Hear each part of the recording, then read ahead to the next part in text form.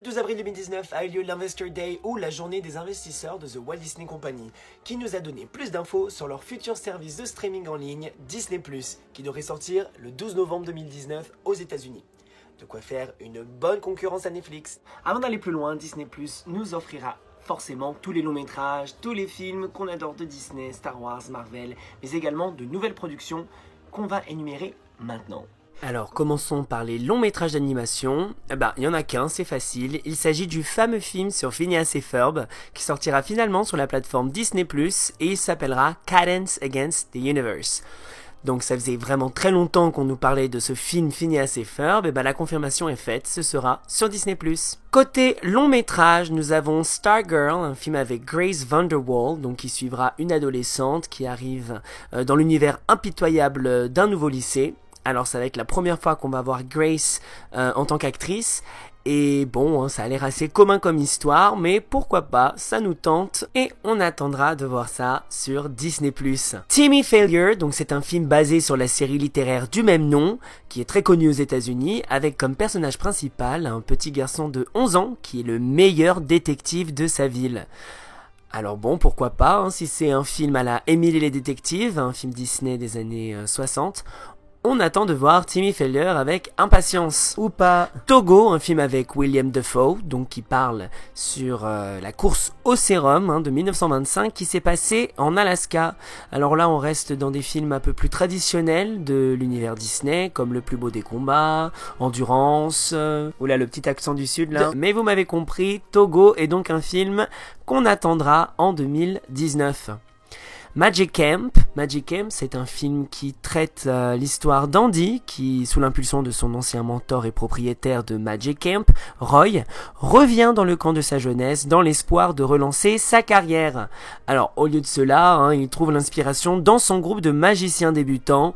Alors voilà, on reste dans l'univers familial de Disney, c'est-à-dire revenir à ses origines et on peut rêver avec peu de choses. La Belle et le Clochard sera le film le plus attendu peut-être de Disney+, alors peut-être que Disney a jugé qu'il n'était pas assez bien pour sortir au cinéma. Non, on plaisante. La Belle et le Clochard est bien sûr un film à prise de vue réelle, reprenant le classique Disney de 1955. Ce sera avec Tessa Thompson, Justin Theroux, Ashley Jensen et la chanteuse Janelle Monáe. Ok, pourquoi pas, on attend de voir ça. Noël, un film qu'on attend depuis bien longtemps qui est enfin confirmé. C'est un film qui sera réalisé par Mark Lawrence et ce sera aux côtés de la charmante Anna Kendrick et Bill Hader. Alors attendons de voir ce chef-d'œuvre.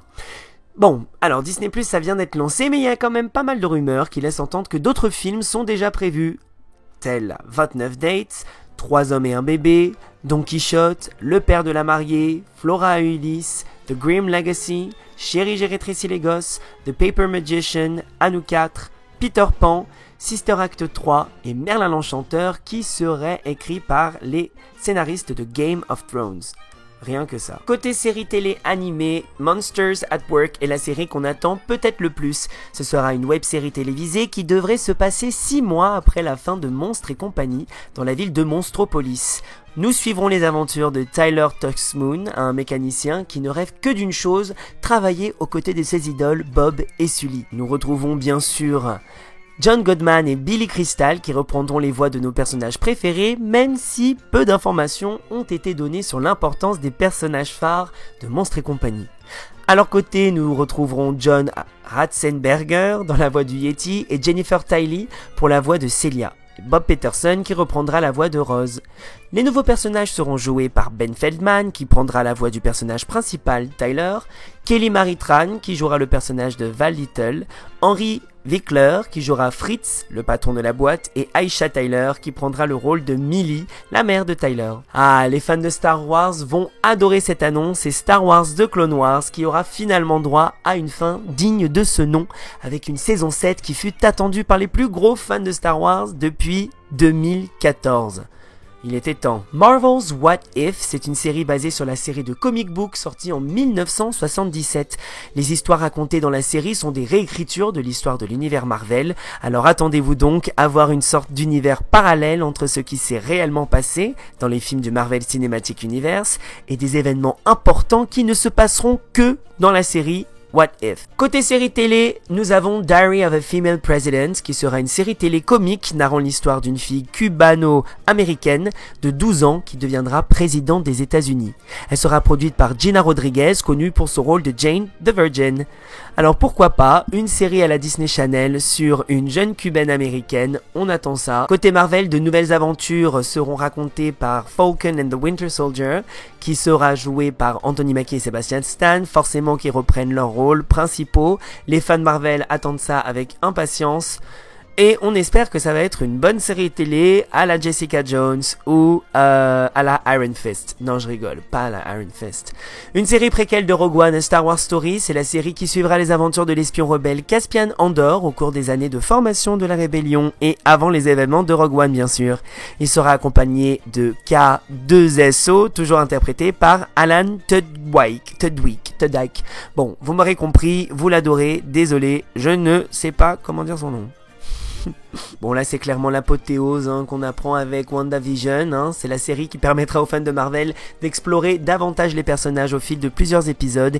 On verra bien sûr Elizabeth Olsen revenir dans le rôle de Wanda Maximoff et Paul Bettany qui reprendra le rôle de Vision dans la nouvelle série de Marvel Studios. Alors ça franchement on attend au tournant.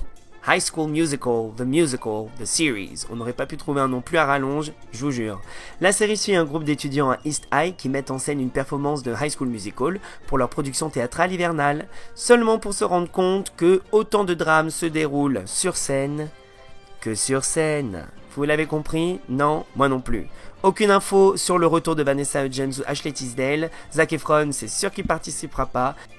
Pourquoi pas, on est plutôt curieux chez Chronique Disney. Côté Star Wars, une série sur le Mandalorian. Donc le Mandalorian a lieu après la chute de l'Empire et avant l'émergence du Premier Ordre. Elle suit un seul tireur d'artillerie dans les confins de la galaxie, loin de l'autorité de la Nouvelle République. Donc forcément, Jon Favreau, qui est aux commandes de ce merveilleux Mandalorian, on l'attend au tournant une nouvelle fois.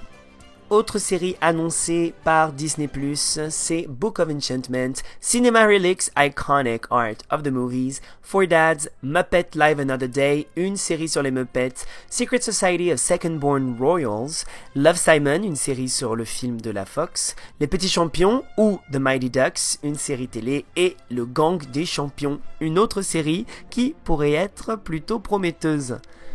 Forcément, comme Netflix, Disney va se lancer dans des séries documentaires sur des métiers, des personnes, vous m'aurez compris.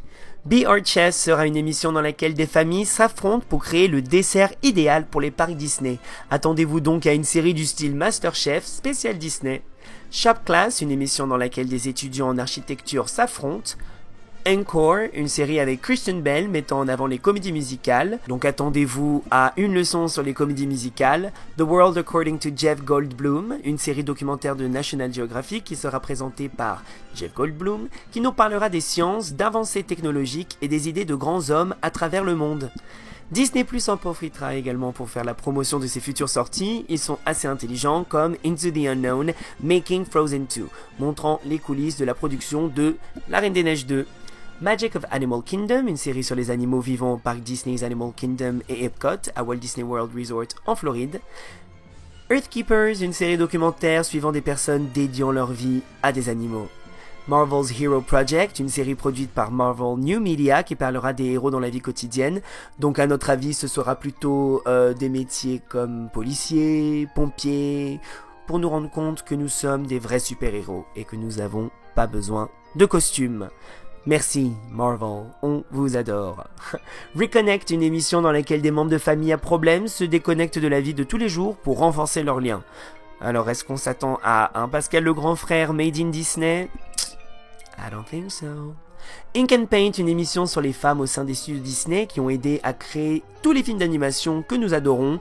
Attendons-nous à voir Marie Blair par exemple, j'imagine, quelques reportages sur les femmes Disney qui ont contribué donc forcément, comme je viens de le dire, à tous les longs métrages. Marvel's 616, un docu-série anthologie sur l'univers Marvel. Rogue Trip, donc une série présentée par Bob Woodruff et son fils qui partiront à la découverte du monde dans des endroits peu connus du public.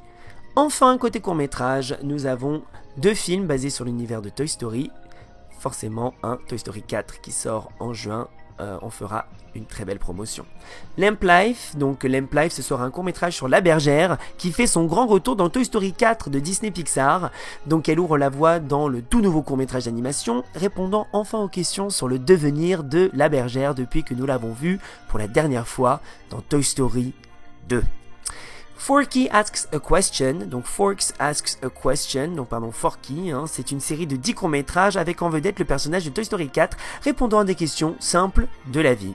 Alors avec toutes ces nouvelles productions, Marvel, Star Wars, Disney, ça vous tente Disney+? Est-ce que vous pensez que ça va vraiment valoir le coup?